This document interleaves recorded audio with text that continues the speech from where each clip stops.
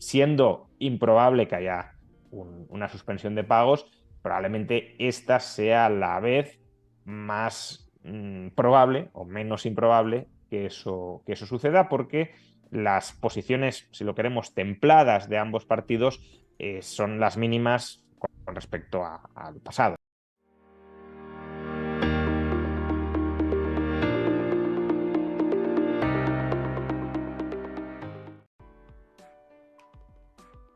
Por aquí con nosotros Juan Ramón Rayo, ¿qué tal? ¿Cómo estás? ¿Qué tal? ¿Cómo estamos? Buenas tardes. Buenas tardes. Decía esto, ¿no? Que había habido problemas técnicos contigo y que hemos retrasado también un poquito el programa por eso y hablábamos fuera de micros. Digo, bueno, yo problemas con la voz y tú técnicos parece que a veces aparecen zancadillas Sí. en el día a día, pero aquí estamos al pie del cañón.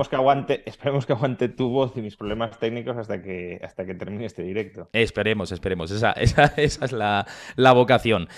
Bueno, antes de nada, los que estáis viendo esto por YouTube a posteriori, simplemente recordaros que os suscribáis al canal, que dejéis vuestro comentario y deis like, tanto al mío como por supuesto al de Juan Ramón Rayo, que esto lo subiremos a los dos canales, simplemente por recordarlo. Y por meternos en harina, Juan, el foco de la actualidad ahora, en términos globales, parece que está puesto en esas negociaciones con el techo de deuda por parte de republicanos y demócratas, ¿no? En Estados Unidos, que parece que, como estaba previsto, van a agotar ese plazo hasta el 1 de junio. Y Janet Yellen hoy ha declarado también que es muy probable que se queden sin liquidez, que están ya muy al límite.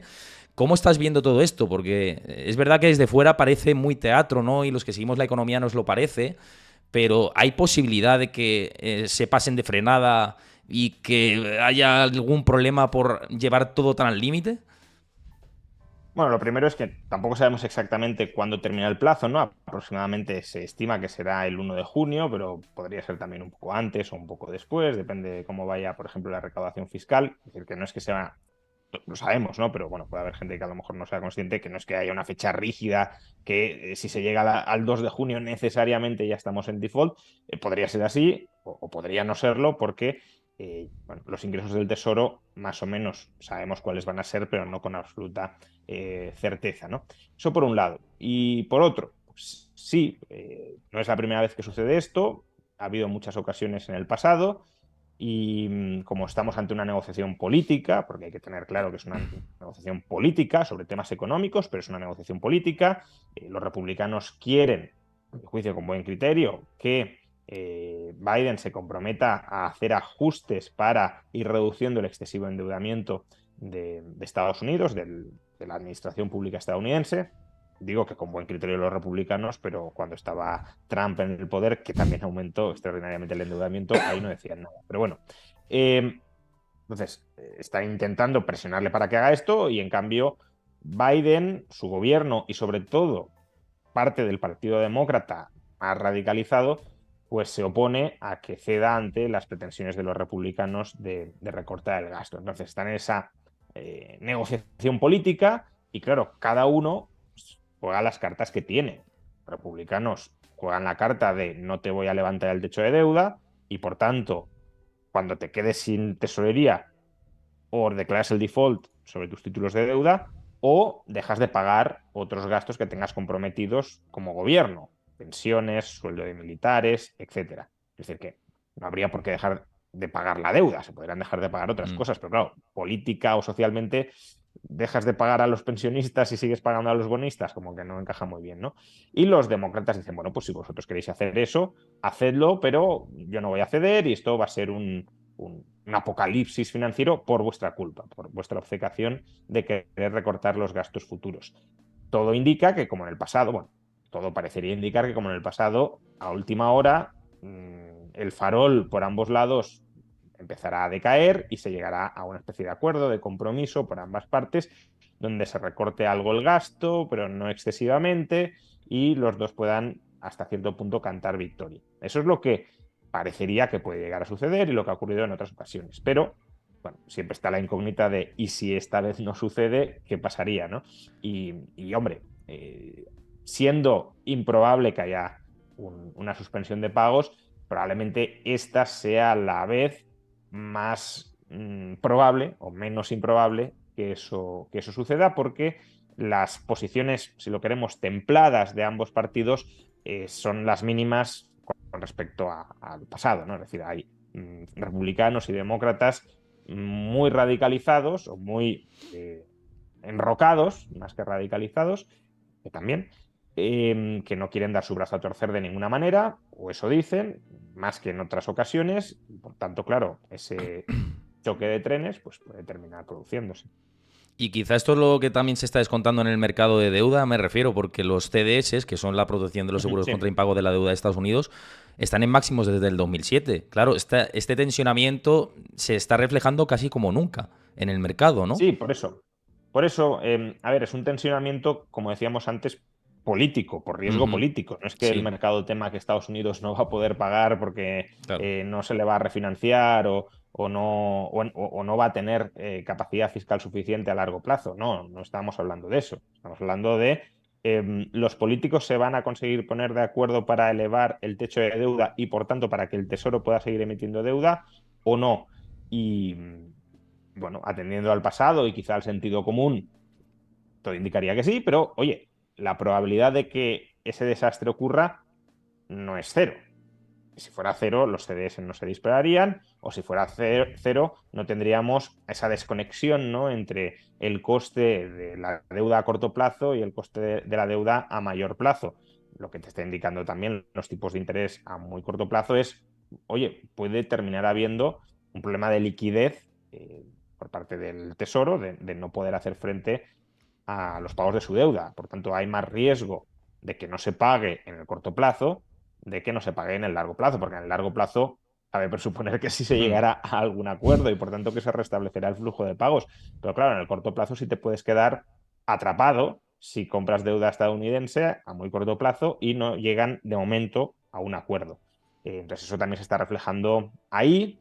Y insisto, aunque no sea el escenario base, porque muchas veces cuando hablamos de probabilidad parece que hablamos de certezas, ¿no? O tiene que pasar esto o tiene que pasar lo otro. Y justamente la probabilidad la utilizamos como expresión de nuestra ignorancia relativa sobre lo que va a terminar sucediendo. Lo más normal es que suceda una cosa, pero no es del todo descartable que suceda otra. Y cuanto menos descartable sea, pues más probabilidad va teniendo. Y ahora mismo, pues aunque la tesis o la hipótesis mayoritaria de lo que sucederá es que llegarán a un acuerdo, no se puede descartar plenamente que no se llegue a ese acuerdo.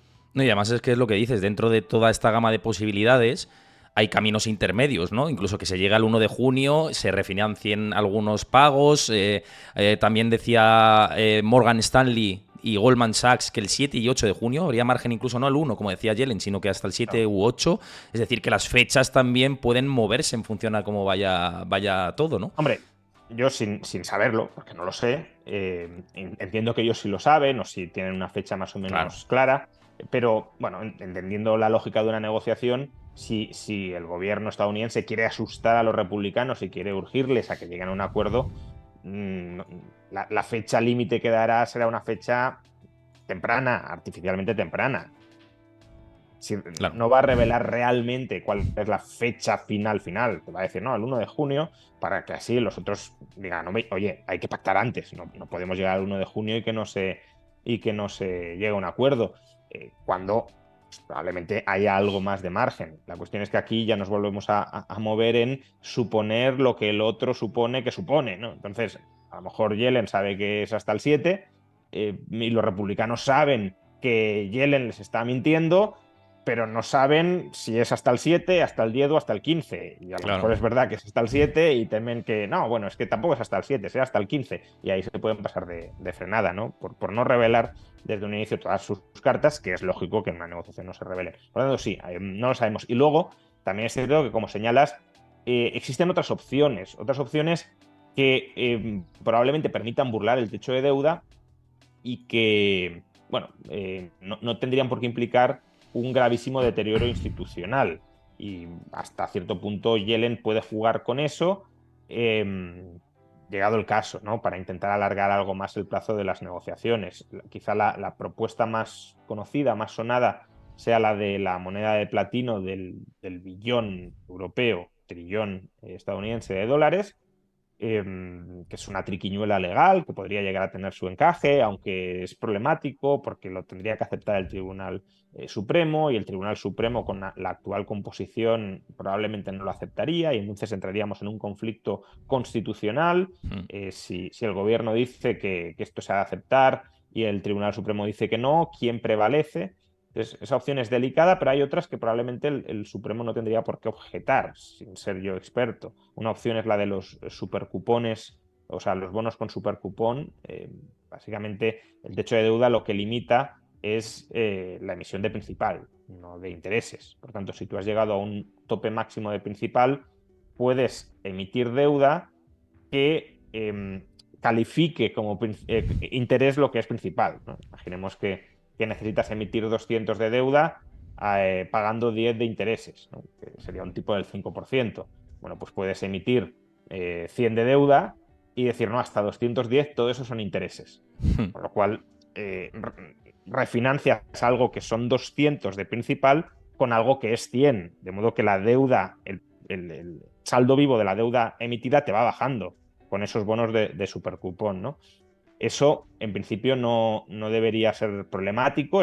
Obviamente es burlar el espíritu de la ley, pero no transgredir propiamente la ley, y se podría hacer. Otra opción sería venderle no deuda pública.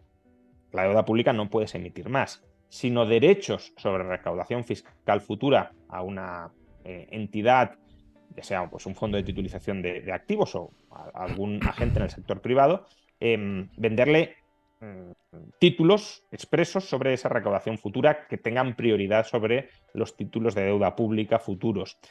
Al final es una especie de pseudotítulo de deuda pública, pero que no, que no computaría en el techo de deuda, ¿no? Es como si vendieras activos de la administración, que también podrían hacerlo, por otro lado, podrían vender activos de la administración para financiarse, y eso no sería techo de deuda, o no computaría en el techo de deuda. Y luego la opción también muy problemática desde un punto de vista institucional es recurrir a la enmienda 14ª de la Constitución, que básicamente habilita al gobierno a saltarse el techo de deuda, o eso se interpreta, porque la enmienda 14ª dice textualmente, a ver, que la validez de la deuda pública de los Estados Unidos autorizada por ley, incluyendo deudas contraídas para el pago de pensiones y recompensas para suprimir insurrecciones o rebeliones, no deberá ser cuestionada. Claro, eso, ¿cómo lo interpretamos? De nuevo tendríamos que ir al Tribunal Supremo, pero una interpretación es que el techo de deuda está cuestionando la calidad de la deuda estadounidense, como lo está haciendo, y que por tanto la Constitución habilita a tomar cualquier medida que impida ese cuestionamiento del repago de la deuda pública estadounidense. Por tanto, se podría potencialmente saltarse o obviar el techo de deuda apelando a esa enmienda 14ª. Pero de nuevo, ¿qué pasa si el Tribunal Supremo dice que no? O sea, ya tenemos otro conflicto constitucional muy Muy importante. importante, sí. Y de hecho es el camino que hablaban muchos congresistas demócratas. Es decir, oye, Biden tira por la enmienda 14, pero está todo estos litigios que se abrirían y con el Tribunal Constitucional y que puede dilatar todo mucho más y entre medias a ver qué pasa, ¿no? Entonces, bueno, va a ser un Sí, jaleo importante. Sí. claro, aparte que incluso apelando a la enmienda 14ª, fíjate que el gobierno se podría arrogar derecho a saltarse la resolución del Supremo. Podría decir que el Supremo también está cuestionando la deuda pública estadounidense y que por tanto está yendo contra la Constitución. Y hay autores, sobre todo en la línea de la teoría monetaria moderna, que ya sabemos que son los menos partidarios a cualquier tipo de ajuste de gasto, porque consideran que no hay ningún tipo de restricción financiera del gobierno y que al final todo esto es pura ficción. Hay autores, no personas locas, sino gente en sus cuestiones bastante brillante, juristas y economistas, que están abogando incluso porque si el Supremo tumba la legitimidad de la moneda de platino, o de la enmienda 14ª, que mande al FBI, al Supremo, y detenga a los magistrados del Supremo por desacatar la Constitución. Es decir, que incluso esta gente está llegando a plantear pues, lo que sería un golpe de Estado, claramente, para no ceder ante el Congreso, y si el Supremo se pone del lado del Congreso, pues atacar el Poder Judicial.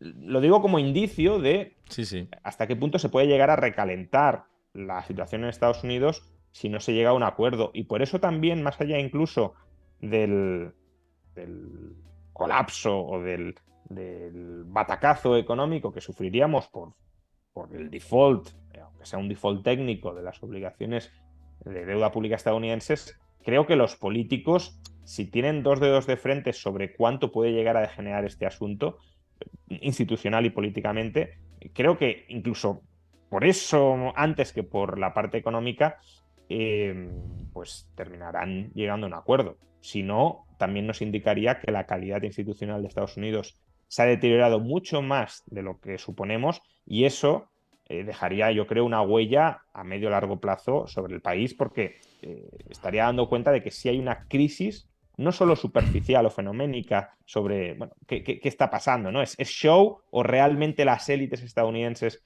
están dejando de ser élites y están todas vamos, les falta un hervor? Lo que pondría manifiesto es que la crisis es mucho más profunda de lo que aparenta lo que vemos por televisión, ¿no? Oye, vamos a, por cambiar un poco de temas, y muchas gracias Sí. a Trader BCN que ha hecho una raid al canal, así que muchísimas gracias, y a todos los que estáis comentando y siguiendo el canal de Twitch, muchísimas gracias también. Otro de los temas era hablar de la situación macro, tanto de Estados Unidos, siguiendo con Estados Unidos, como de Europa. Seguimos teniendo el foco en la inflación y empieza a haber un dilema de si el efecto base quizás se pueda empezar a diluir a partir de estos próximos meses, ya porque es la comparación de, por ejemplo, junio a junio ya empieza quizá a pivotar positivamente, la subyacente está mostrando que ese estancamiento. No sé cómo estás viendo tú esto y además ese descuento, ¿no? De que parece que hemos alcanzado en Estados Unidos el techo de los tipos y en Europa casi, ¿no? Que es por donde están yendo ahora mismo los bancos centrales.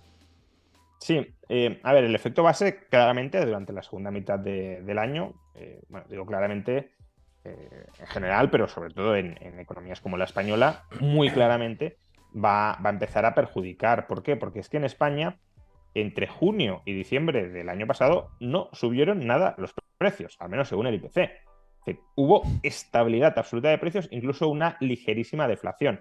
Por tanto, si no se repite esto, no tiene por qué repetirse, salvo que la economía desacelere bastante, a poco que suban los precios, eso ya empieza a sumar por efecto base en la tasa interanual. Y en Estados Unidos no fue tan acusado como en España, porque sí subieron los precios, incluso hubo algunos meses en los que subieron inquietantemente, pero desde luego subieron menos que la primera mitad del año y por tanto, de nuevo, la inercia positiva que estamos viendo ahora de efecto base reduciendo la tasa interanual podría llegar a revertirse. Pero bueno, al final yo creo que eso mm, impacta más al lector de economía que a los bancos centrales, porque a los bancos centrales lo que les interesa no es tanto con el retrovisor si durante el último año han subido más o menos los precios, sino cuál es la perspectiva de que suban los precios y cuáles son las expectativas que tienen los agentes económicos sobre subidas de precios futuras. Y claro, los bancos centrales hacen un análisis a futuro sobre qué va a pasar con los precios y tampoco lo saben. Y lo que intentan es calibrar en función de otras variables que sí estamos observando cuál puede ser la dinámica futura de esos precios, si se está enfriando la economía o no se está enfriando. Y claro, lo que estamos viendo es, de momento, y por eso la papeleta de los bancos centrales tampoco es fácil para dejar de apretar bueno, no sé si el acelerador o en este caso el freno, depende de cómo lo interpretemos, de los tipos de interés, que dejar de mantenerlos altos y empezar a bajarlos. La papeleta al final es tengo una tasa de desempleo en mínimos históricos y tengo una economía bastante más pujante de lo que se anticipaba y una inflación que, aunque se está frenando, sigue muy por encima, bueno, por encima, depende de qué país tomemos, pero bastante por encima del objetivo a medio largo plazo. Por lo cual, en ese contexto es muy difícil justificar una bajada de precios desde la lógica de la lucha contra la inflación. Puede haber otros motivos por una bajada de tipos de interés, perdón, desde la Sí. lógica de la inflación. Puede haber otras razones que lleven a bajar los tipos de interés, pero desde luego por luchar contra la inflación no lo parece. Entonces, yo ahí creo que la cuestión va a estar en si la economía frena importantemente durante los próximos meses o no. Si la economía no frena de manera importante durante los próximos meses, sino que mantiene incluso algunas señales de fortaleza, los centrales van a tener complicado justificar una bajada de los tipos de interés, bueno, de nuevo, salvo que la inflación caiga al 2, claro, si cae al 2 o por debajo del 2, pues decir, bueno, objetivo cumplido, pero si la inflación se mantiene por encima del objetivo y la economía no frena, no van a poder justificar bajadas de tipos, incluso hay algunos que dicen, no, no, es que deberían seguir subiendo, aunque no sea, parece ser Bullard, el ¿no? Por consenso ejemplo, ahora entre mismo. ellos, que Sí, no tiene Bullard, derecho a voto. efectivamente, pero que no vota, entonces tampoco Exacto, exacto. eh, lo puede decir, pero incluso puede ser una especie de señal de doctrina propia, más que, no, a lo mejor si tuviera derecho de voto no lo diría, porque implicaría a la institución en mayor medida y a lo mejor, pues eso, quiere como que diferenciar, esa es mi opinión, de lo que va a hacer la FED, ¿no? Pero sí, en el contexto actual, bueno, que es el mismo que el de hace unos meses, pero los bancos centrales el mandato es mantener tipos altos o seguir subiendo tipos, pero claro, ahí el gran problema desde mi punto de vista para tomar esa decisión no es tanto el daño que se puede hacer a la economía real, que de momento parece que, aunque bueno, supongo que lo hablaremos, que ya empieza a haber Sí, algunos nubarrones cada vez más sí. intensos, pero se mantiene más o menos, parece ser fuerte, sino que claro, todo esto va acumulando una tensión en el sistema financiero que la propia Reserva Federal o el Banco Central Europeo saben que no es sostenible en el tiempo. Estos tipos de interés están dañando, al menos de momento, mucho más al sistema financiero que a la economía real y, y cuanto más tiempo los mantengas a estos niveles, más va a sufrir el sistema financiero y más riesgo hay de que estallen más cosas dentro del sistema financiero. Claro, pero esta subida de tipos de interés, que de hecho se descartaba también la pausa por lo que ha sucedido con los bancos en Estados Unidos. Hay incluso informes, Claro. instituciones que hablan de que podría suponer lo que ha sucedido con la banca regional como una subida adicional de un punto por ciento, ¿no? Es decir, que Sí, la restricción sobre el eso también hay que crédito. considerarlo. Exacto, que Claro. también Powell lo dijo en la última rueda de prensa. Dijo, esta situación de la crisis bancaria que va a repercutir en la restricción del crédito equivale a subidas de tipos de interés. Hay algunas firmas como Goldman Sachs que decía que incluso un punto porcentual. Eso yo ya no lo sé exactamente, pero es cierto que históricamente esto siempre ha sido así cuando ha habido problemas bancarios, ¿no? Pero con respecto a todo esto que dices, ¿a ti te parece que el primer recorte será cuando la Fed, y tanto la Fed como la Unión Europea, vea síntomas reales de que hay destrucción de empleo? ¿Ese es el medidor claro que va a seguir la Fed y los bancos centrales? Pues probablemente, no lo sé. El problema aquí es, de nuevo, la credibilidad de los bancos centrales. La Fed nos ha dicho que no va a bajar tipos este año y que además los mercados están muy equivocados en ese juicio de que, o en esa expectativa de que van a bajar tipos. Entonces, claro, si tú te has anclado a la idea de que no van a bajar tipos, y el Banco Central Europeo todavía con más intensidad lo ha reiterado, vamos, según ellos todavía no han dejado de subir tipos, si tú empiezas a bajar tipos tempranamente, pues estás de alguna manera poniendo en solfa tu palabra y también indicando que hay algo muy gordo por debajo, porque claro, por el hecho de que suba un poco el desempleo, tampoco eso significa que debas empezar a bajar tipos. Es decir, que suba algo el desempleo es hasta cierto punto y hasta ciertas tasas de desempleo lo que cabe esperar que el Banco Central desea que suceda, porque la tensión en el mercado laboral puede ser un síntoma de una economía muy recalentada y por tanto quieres algo de holgura entre los factores productivos, en la economía real, para dejar de tensionar tanto los precios. Entonces, claro, si a poco que suba el desempleo ya bajas tipos, pues eso, tu palabra cuánto vale, y dos, a lo mejor tu palabra vale mucho, pero los has bajado porque dices, uy, la que viene detrás, y eso pues, también recalibra, claro, las expectativas del mercado sobre, no sobre la senda de tipos, sino sobre la salud de la economía. Entonces, ya digo, es una papeleta complicada porque hasta cierto punto eh, los parámetros con los que nos han dicho que van a actuar no son los parámetros con los que probablemente terminen actuando. Y por tanto, va a haber esa asintonía entre lo que digan y lo que hagan y nuestra interpretación de por qué no se comportan como han dicho que se iban a comportar. Sí, sí, no, totalmente de acuerdo con todo esto. Además, es un debate que yo creo que vamos a mantener durante los próximos meses y que va a agilizarse. Además, por cierto, Adri Investor, que has dejado una pregunta. Luego, al final del directo, voy a hacer las preguntas, algunas preguntas de las que dejéis por aquí por el chat, así que os invito a que dejéis vuestras preguntas también. Pero en relación con esto que dices y lo que hablabas antes de nubarrones que podemos tener, estamos viendo como el sector manufacturero, tanto en Estados Unidos como en la Unión Europea, es el que más está enfriando. Parece que lo que está Sí. aguantando es el servicios directamente, ¿no? Y es lo que está sustentando la economía. Pero ayer, por ejemplo, el índice manufacturero de Richmond, -16, esperaba -12, me parece.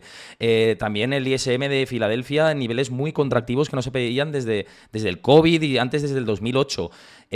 Parece que la industria es lo que está mostrando más síntomas de esta contracción y los servicios lo que algo está sujetando todo esto, Ujú. pero estos indicadores adelantados, como por ejemplo la curva invertida de tipos de interés, incluso la del bono a un mes y la letra a un mes y el bono a 10 años está invertida, indica, es difícil sortearlo esto, la recesión económica, porque cada vez parece más improbable, pero no llega, ¿no? Y es como que lo hablamos mucho, mucho tiempo y no termina Ya. por llegar. Sí, a mí la verdad que me ha sorprendido que la economía esté aguantando tanto. Es verdad que también hay una política fiscal que sigue siendo bastante expansiva y eso de alguna manera como que está sosteniendo en parte la actividad, ¿no? Pero mm, o sea, mi impresión es que, no con respecto a España, España veremos qué sucede, ¿no? Porque va muy, está muy afectada por efectos secundarios de efectos secundarios, por ejemplo, la marcha del turismo, ¿no? Pero mi impresión en Estados Unidos es que la recesión sí tiene que llegar.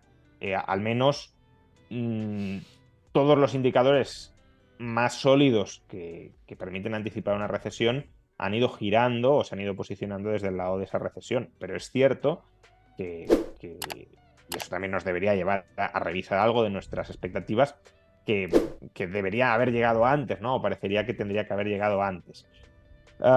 Ahora, estos datos que mencionas, que veremos si tienen continuidad en el tiempo, porque una flor no hace primavera, o en este caso un cardo, porque no son buenos datos, yo creo que sí que apuntan en una dirección que es relativamente esperable, ¿no?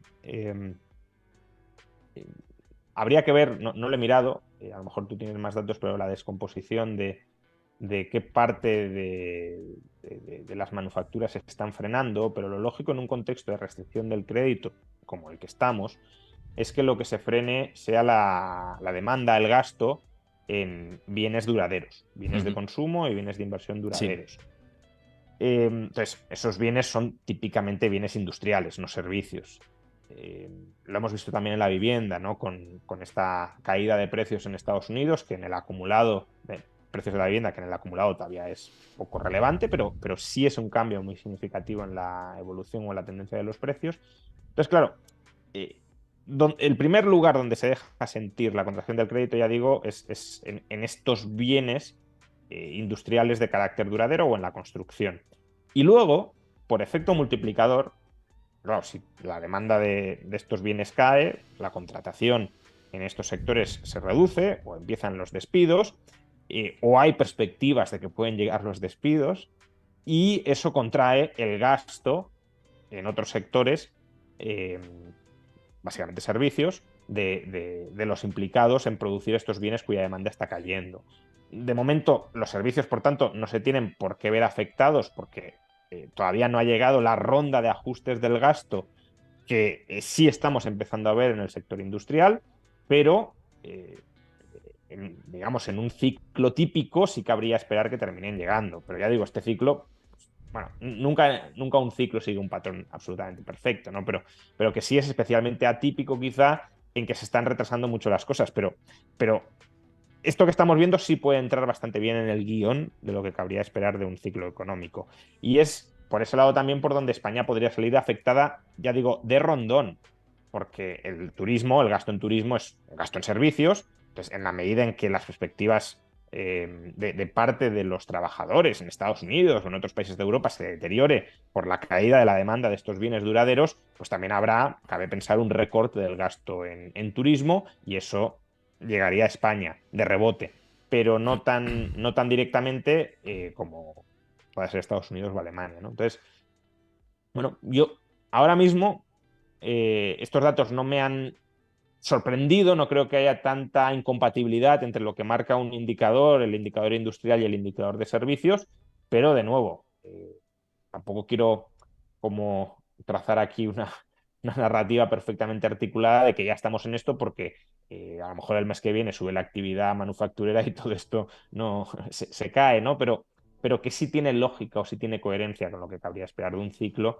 o del fin de una etapa alcista como consecuencia de la restricción del crédito que sabemos que se está produciendo. Y esto va al hilo de una pregunta que nos dejaban aquí, que la voy a leer ahora porque como tiene relación con esto y acabas de mencionarlo además, que nos decía Di Tosama, que qué opinamos de que si estamos ya en recesión, incluso que hubiera capitulación en los mercados o cómo está la situación. Es lo que estabas diciendo ahora, ¿no? Es complicado aventurarse a decir que estamos ya, aunque pueda haber indicios, por ejemplo, las solicitudes semanales de desempleo ya han cambiado la tendencia ascendente, pero ¿es síntoma esto de que ya es recesión? Pues de momento es muy temprano, ¿no? No sé qué opinas.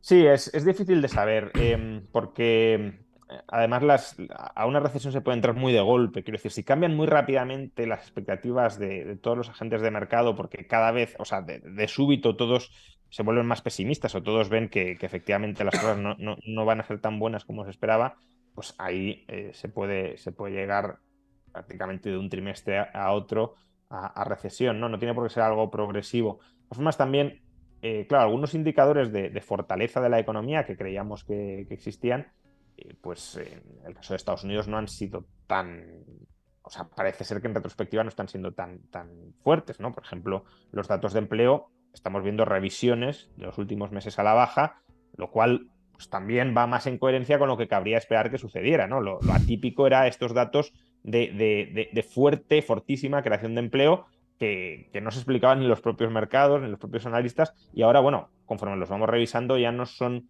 datos tan absurdos, ¿no? Y luego, también me ha venido ahora a la cabeza, pero por ligarlo, ¿no?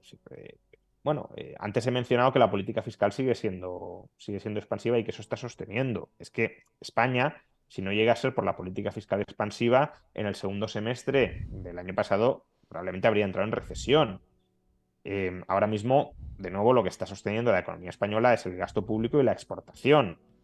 Y si la exportación empieza a caer, en parte, no solo, la exportación también está el turismo, ¿no? Que aguanta mucho, pero toda la parte que sea exportación de bienes duraderos, si la actividad está frenándose por falta de demanda a crédito, pues ahí de rebote sí nos afectará. Entonces, claro, la inversión interna o el consumo interno en España no están tirando o no han tirado hasta el momento. Y eso también es algo que cabía esperar que sucediera. Es decir, que hasta cierto punto lo que no entendemos de este ciclo que se está retrasando tanto, pues en parte es un efecto estadístico que se está corrigiendo y en parte es política fiscal, que eso sí podemos entender por qué la política fiscal impide que entremos o retrasa que entremos en recesión. Y fíjate, teniendo en cuenta todo este ciclo, lo que estamos viendo es que muchos inversores sí que están apostando por ese cambio, ¿no? de ciclo. Lo estamos viendo con los movimientos en oro, en Bitcoin, entrada muy fuerte en fondos del mercado monetario, en renta fija, Claro. en depósitos también. Oye, volviendo a lo de antes, que quería preguntarte por un tema, sobre todo porque yo he estado en Estados Unidos, mis seguidores lo saben por aquí, durante más de 2 semanas he estado por allí trabajando y bueno, reuniéndome con gestores, con gente de la banca de inversión, con traders de Wall Street y demás. Y la conclusión, principalmente de los expertos de la banca de inversión y gestores y demás, es que les preocupa el mercado del crédito y en especial el real estate comercial. Ahí tú ves que pueden saltar un poco, volviendo al tema de la recesión y de los indicadores que nos pueden señalar, como que es un espacio que tenemos que vigilar claramente, el real estate comercial. Sí, bueno, se viene hablando ya desde hace meses de ese riesgo potencial, ¿no?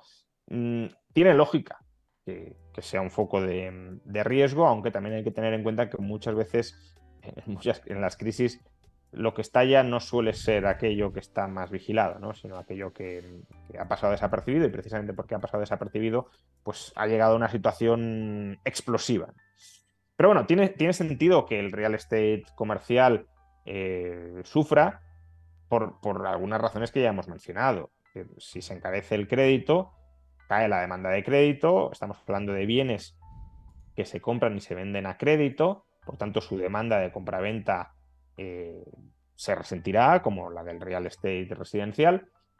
Y a su vez, que esa parece ser que está siendo la situación más problemática en Estados Unidos, si la ocupación de las oficinas no está muy boyante, porque además estamos en un momento de ralentización y por tanto, aparte de pues eso, del teletrabajo y todo esto, tampoco va a haber una oleada de apertura de nuevas empresas que quieran alquilar estas oficinas y demás. Claro, si se combina un estancamiento de la demanda de alquiler con una caída de la compraventa y de la posibilidad además de liquidar estos activos y que alguien los compre a crédito, se puede colocar un escenario bajista importante. Si además tenemos en cuenta que muchas de las hipotecas que han financiado estos activos son non-recourse, es decir, que entregas las llaves y te olvidas, dación en pago, pues el incentivo a que si el valor de mercado de estos activos cae por debajo de la deuda, eh, se genera una devolución de estos activos a los bancos para saldar la deuda hipotecaria es importante y eso puede generar una oleada de impagos. Y claro, ese es uno de los canales a través de los cuales, digo uno porque probablemente haya más que no tengamos presentes, o como decían, los que no se haya colocado el foco, pero es uno de los canales que puede llevar a que una crisis de liquidez en el sistema financiero, como la que desde luego hemos tenido hasta el momento, y es la que se ha llevado por delante a varios bancos, degenere en una crisis originaria de solvencia. Y eso ya sí que abriría horizontes mucho más preocupantes que podrían llevar justamente a que lo que espera el mercado, que es que bajen los tipos de interés, se materialice, ¿no? En parte para inyectar liquidez en el mercado, en parte también porque, como señalabas, claro, si empiezan a caer bancos, eso ya supone una restricción adicional del crédito y, por tanto, para mantener el nivel actual de restricción del crédito, habría que bajar tipos, no mantenerlos, sino bajarlos con intensidad para compensar ese efecto adicional, etcétera, etcétera, ¿no? Es decir, que, bueno,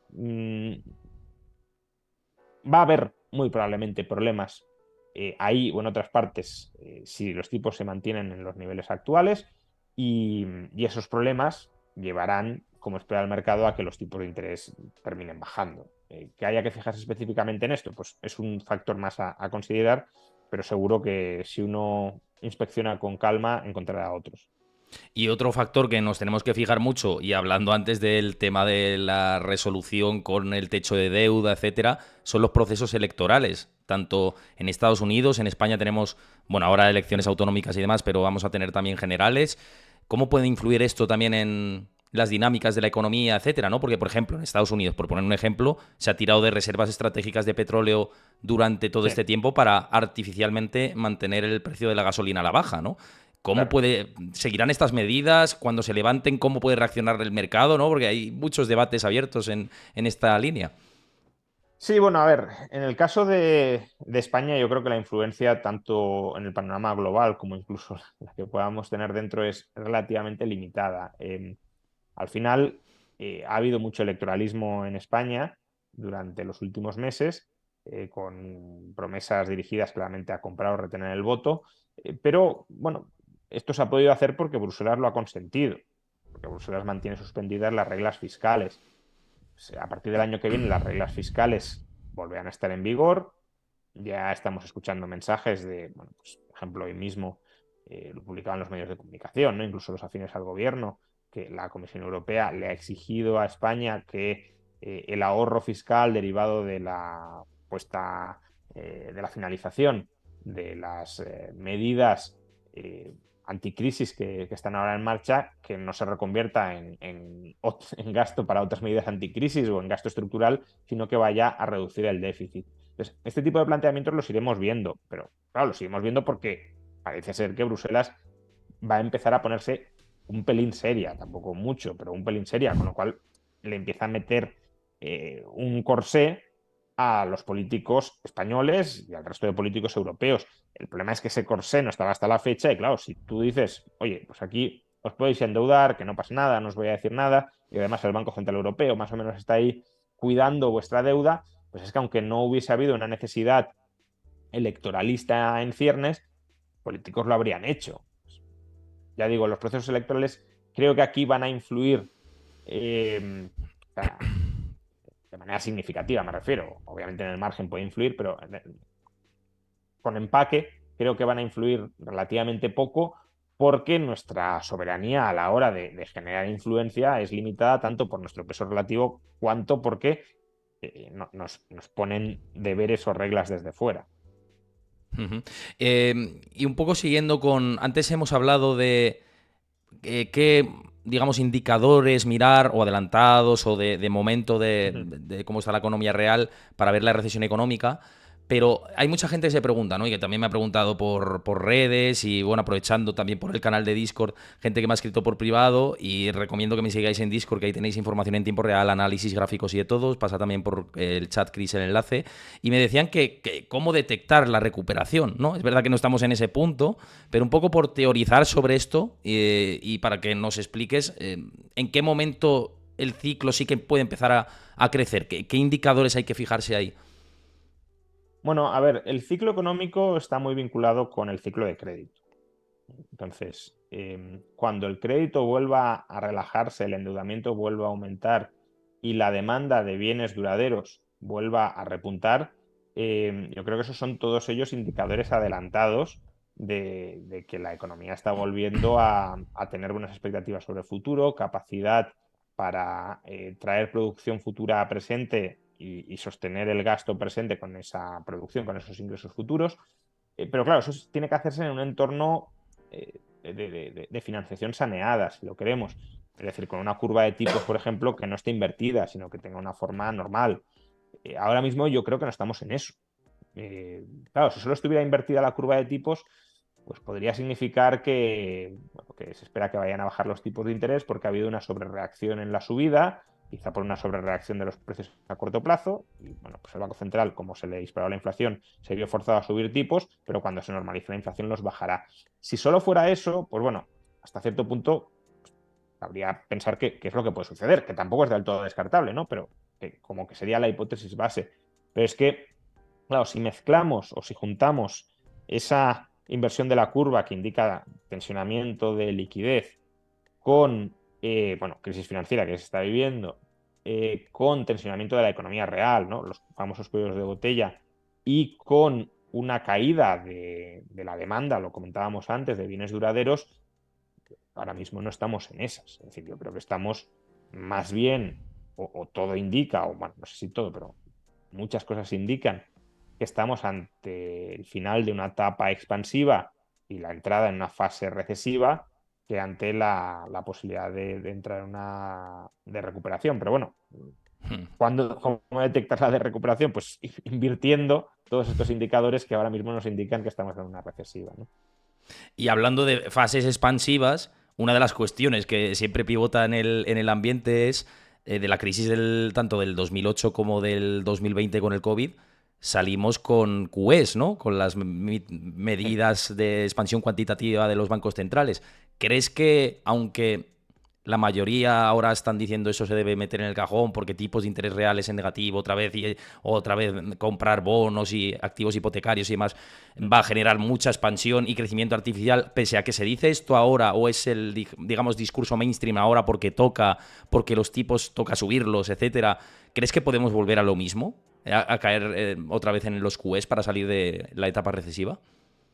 Sí, no creo que sea absolutamente descartable que volvamos a eso. Dependerá de cuál sea la dinámica de los tipos de interés, ¿no? Si la demanda de crédito se hunde muchísimo, eso significaría que entramos en una recesión muy dura. No que baje, que va a bajar es, vamos, si entramos en recesión, desde luego va a bajar la demanda de crédito, pero si se hunde la demanda de crédito, eh, claro, necesitas bajadas de tipos de interés muy considerables para intentar reactivarla. Bueno, esa es la perspectiva del Banco Central, ¿no?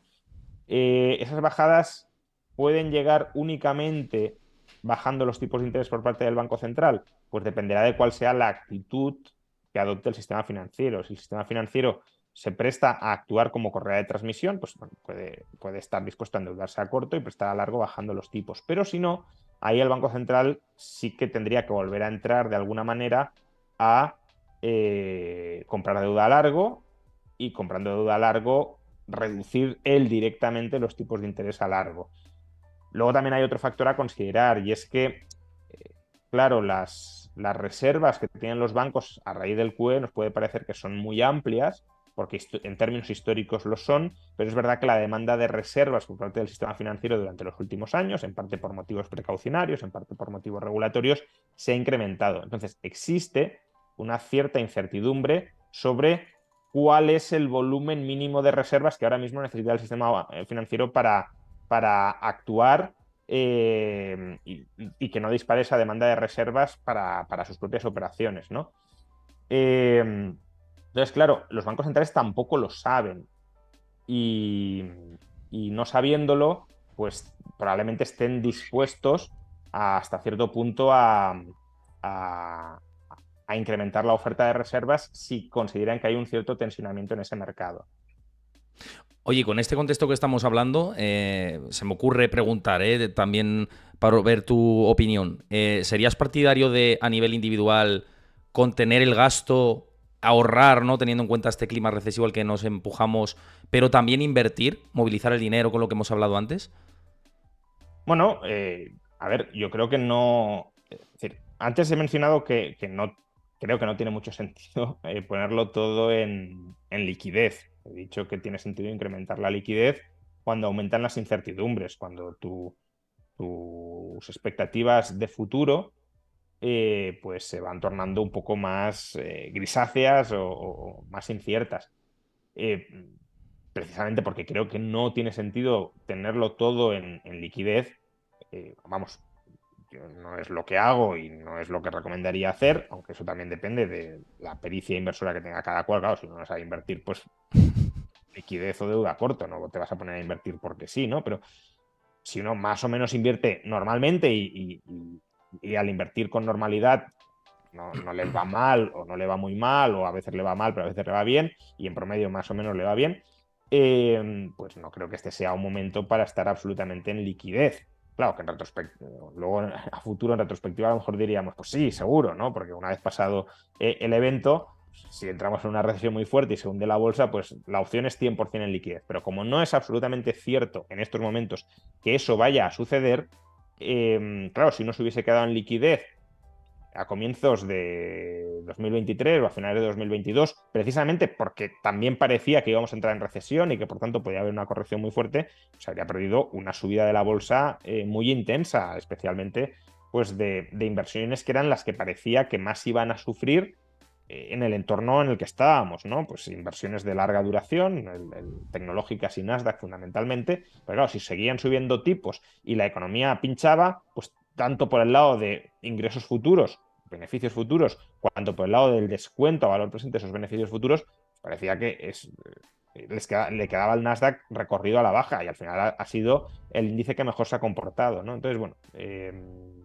claro, si no sabes qué va a suceder en el futuro, eh, pero, o sea, no tienes claro que va a entrar sí o sí la economía en recesión o que no va a entrar en recesión, tiene sentido diversificar hasta cierto punto tu cartera de inversiones, mantener ciertas posiciones largas en algunos activos a los que les veas potencial de revalorización, especialmente potencial al margen de lo que haga la coyuntura en el muy corto plazo, y otra parte, más o menos en función de las dudas, del miedo y de tus preferencias, otra parte en liquidez. Oye, por entrar, Juan, con las preguntas que nos habían dejado por aquí, y hablando de inversiones precisamente, una de las preguntas que nos había dejado Adroinvestor antes dice que si estás invertido ahora mismo y en qué, nos preguntaba. Y eso, o sea, sí estoy invertido, claro, siempre lo estoy en mayor o menor medida, eh, pero no voy a decir en qué, porque primero porque no quiero que luego me pasen factura, como eso vaya mal, y luego también porque no quiero que nadie haga seguimiento de ellos mismos, ¿no? A inversión de lo que yo estoy haciendo. Creo que hay inversores muchísimo más profesionales, muchísimo más respetables, muchísimo más experimentados, a los que si uno quiere hacer seguimiento, debería hacerles caso que a mí. Y en todo caso, pues bueno, como teórico de la economía y como hasta cierto punto analista de mercados, analizando o aplicando esa teoría, pues bueno, pues si uno me quiere escuchar y más o menos conformarse una cierta visión de los hechos, a partir de ahí, pues creo que tiene o puede tener cierto sentido, también escuchando mucha otra gente, ¿eh? Pero bueno, que puede ser una opinión a tener en cuenta. Ahora, como inversor, no soy un inversor profesional y por tanto no quiero decir, oye, yo invierto en esto, y si uno dice, pues me gustan tus análisis macro, pues voy a invertir también en esto, no tiene nada que ver. Claro. Entonces, prefiero evitar cualquier riesgo y responsabilizarme de posibles pérdidas de otras personas, porque además es que también lo que invierta yo depende de mis necesidades financieras personales, que no tienen por qué ser las de otra persona, incluso de cómo me siento cómodo yo invirtiendo, aunque a lo mejor no sea la mejor forma de invertir para maximizar la rentabilidad. No sé, depende de muchos elementos que no son trasladables a terceras personas y por eso no me gusta revelar estoy invertido en esto, estoy Mm. invertido en lo otro. Bueno, ha entrado una pregunta un poco técnica de la plata, la voy a leer y si se puede hacer o si sabes contestarla va perfecto y si no, pues no pasa nada, pero por hacer caso No, a no Doropou, que además... soy, o sea, la plata entiendo algo como activo monetario, algo y tampoco es que sea un experto ni mucho menos, pero ya del mercado de la plata, pues poco, pero bueno, adelante. No, no, total, total, y además, bueno, sí que hablaba con relación de tema macro por el papel que Muy bien. tiene mundial en la industria fotovoltaica, ¿no? Y dice que habría que destinar el 70% de la minería a este sector y a la fabricación de baterías de coches eléctricos. Y dice que ¿qué crees más complicado? ¿Que no se cumpla el objetivo del 2030 o que la plata a largo plazo se dispare de precio si hay ese objetivo de demanda? Bueno, es casi más política, ¿no? Pero o sea, no puedo responder porque no conozco los fundamentales de la industria de la plata. Es decir, no sé si por ejemplo, existen reservas probables de plata que se puedan llegar a movilizar si se invierte lo suficiente en descubrirlas y que por tanto haya más elasticidad de la oferta a largo plazo de plata de la que parece que este espectador esté indicando, ¿no? Porque, bueno, Hmm. básicamente lo que está diciendo es si se cumplen los objetivos, la demanda de plata va a aumentar mucho y como la oferta no va a aumentar mucho, pues los precios se dispararán. Pero yo no sé si la oferta de plata puede o no puede aumentar mucho. Eso quien esté analizando la industria de plata tendrá un juicio, desde luego, bastante más formado que el mío. Ahora, que los gobiernos van a gastar o van a destinar muchos recursos a cumplir estos objetivos, eso sí, y que por tanto la demanda de todos estos minerales que son no solo la plata, que son necesarios para esa transición energética, su demanda va a aumentar, pues eso yo creo que es evidente. Pero de nuevo, que aumente la demanda no implica necesariamente que aumente o que aumente muchísimo el precio, porque algunos de ellos, o todos, no lo sé, habría que ver caso por caso, pero hay margen para aumentar la oferta. Pues, si aumenta la oferta, aunque aquí también nos metemos ya en otros temas de para aumentar la oferta hace falta energía y si no hay acceso barato a la energía por la restricción del acceso a los combustibles fósiles o al agotamiento, lo que queramos, pues la energía será más cara y si la energía es más cara, el coste de extracción también lo será y si el coste de extracción es más alto, pues aunque aumente la oferta, la aumentará a precios más altos. Vamos, será relativamente inelástica la oferta. No lo sé, son muchos los factores a considerar. Yo puedo más o menos intuir o indicar cuáles son los elementos que uno tendría que observar para formarse un juicio, pero yo no lo he estudiado y por tanto no puedo decir nada al respecto. No, y además de lo que dices, tanto el oro como la plata es muy difícil saber las reservas de oro y de plata que hay, porque también hay, los bancos centrales mismos no publican tampoco muchos de Claro. ellos con exactitud todas las reservas que tienen. Es que es muy difícil calcular ahí el binomio oferta y demanda entre tanto del oro como de la plata, de los dos metales preciosos más conocidos, ¿no? Entonces estoy contigo que es bastante complicado. Otra de las preguntas que nos dejaban por aquí, Anacleto000 dice que te pregunte cómo afecta exactamente el aumento del techo de deuda al dólar, a los bonos y a los activos en general. Bueno, a ver, aumentar el techo de deuda per se no afecta, salvo en el sentido de que le otorgues al gobierno la capacidad de defender el valor de sus activos. Que tengamos presente que si no se eleva el techo de deuda, el Tesoro no puede pagar sus deudas. Y por tanto, la deuda emitida y vencida sería una deuda de mala calidad hasta que se levantara el techo de deuda. O sea, no hemos de confundir levantar el techo de deuda con digamos, adoptar una política a medio o largo plazo de contención de la deuda, que eso puede ser muy necesario, pero a corto plazo hay que levantar sí o sí el techo de deuda, porque es que si no se cae la calidad de los pasivos de Estados Unidos. Claro, si se levanta sin que haya un compromiso político para contener el crecimiento de los pasivos a largo plazo, eso sí es problemático, pero si se levanta y hay un compromiso genuino a reducirlos, pues eso puede reforzar la calidad. En cualquier caso, que se levante es esencial para que estos activos tengan calidad. Si se levanta y eso significa barra libre para seguir emitiendo deuda muy por encima, que es lo que ha sucedido durante los últimos años, de la capacidad del mercado para absorberla, o dicho de otra manera, muy por encima de la demanda que había, de la demanda inversora que había por esos títulos, porque la demanda por esos títulos es creciente, porque el dólar y las deudas pagaderas en dólares son moneda de reserva mundial y por tanto los agentes económicos, en la medida en que quieran incrementar sus saldos de tesorería, y los saldos de tesorería pues aumentan conforme aumenta la riqueza acumulada, conforme aumentan los ingresos, por tanto hay una demanda absoluta creciente de reservas, de dólares, pero claro, si tú aumentas mucho más la oferta, ya sea en dólares como tal, base monetaria o en deuda pagadera en esos dólares, aumentas mucho más la oferta de reservas que la demanda, pues entonces tienes oferta de dinero en sentido muy amplio más por encima que la demanda de dinero. Si la oferta de un bien aumenta más que su demanda, su valor cae. Si cae el valor del dinero, ¿qué sucede? Inflación, ¿no? Que es lo que tenemos ahora mismo.